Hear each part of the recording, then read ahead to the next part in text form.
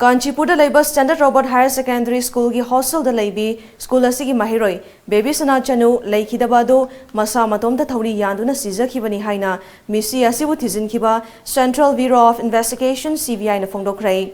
Agency asina MEESHI asigi matangda THIJINKHIBA dugi aroiba report ngasi Chief Judicial Magistrate Imphal West ta lankhaladuna Babysana CHANU Masa Matomda mahakna leiriba hostel gi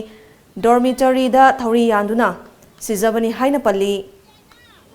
Report asina makha taraduna MAHEIROI asida kanagomba myoi amatana asigomba firebasi launaba insinkibasu leite LEIKHIDABI MAHEIROI asida kanagomba myoi amatana hakchang amasung pukning wakhal animakta ot naikhiba leite haina report aduna makha tari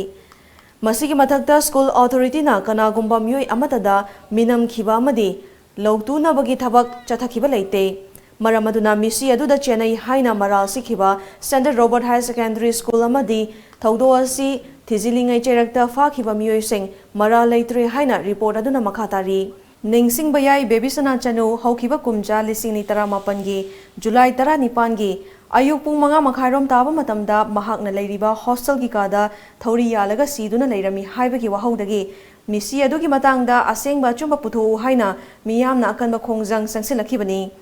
Loinana agency asana chahi ani rom MEESHI asi thizilakibani